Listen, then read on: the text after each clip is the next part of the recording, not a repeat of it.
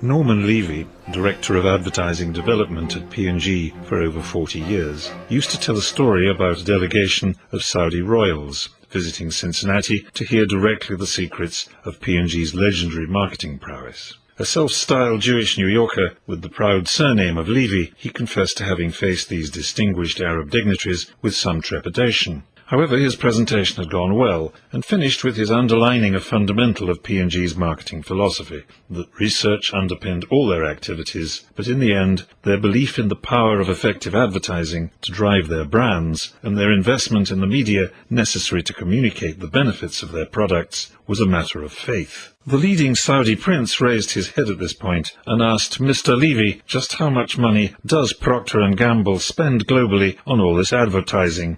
To which he answered, in 2017 money, about $7 billion. That, said His Majesty, opening his large and penetrating eyes very wide, that, Mr. Levy, is a lot of faith. This story was told by Norman, of course, to illustrate a point. Every argument ever made invites a counter-argument, and for every piece of research which supports a decision, there will be research which makes the decision questionable. P&G invests enormous sums on advertising their brands and has done so consistently for over a century. For almost all that time, they've also invested large sums of money in research to tease out what it is about advertising in general that works and what there is in a given piece of advertising that works and what does not. But no research can give absolute comfort, and no research can provide absolute confidence that an advertising investment is worth it. It is ultimately a matter of belief, of faith, that to survive and to prosper, a brand must be perceived to be better or different to its competitors, that it must be preferred to its competitors by such a margin that the customers will become loyal and the brand's value will grow. But the magic will not work if the brand's owner does not tell customers that it is different or better, that it is what they want or need, and uniquely so vis-à-vis its competitors. That is done in what P&G calls advertising and what they identify specifically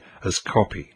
You may call it belief, or confidence, or faith, but you must have it. Faith in what you offer, and faith in the power of what you say about it to persuade. If you do not have it, do not spend. Not $7 billion, not $7,000, not $7. It is not what you spend which is in question. It is whether you spend on advertising, communication, and when you spend, on what do you spend? The copy content. But once you decide to spend your $7, better you spend it well. And that's where we're going in our next class. What is spending even the smallest amount of money on advertising well? Join us.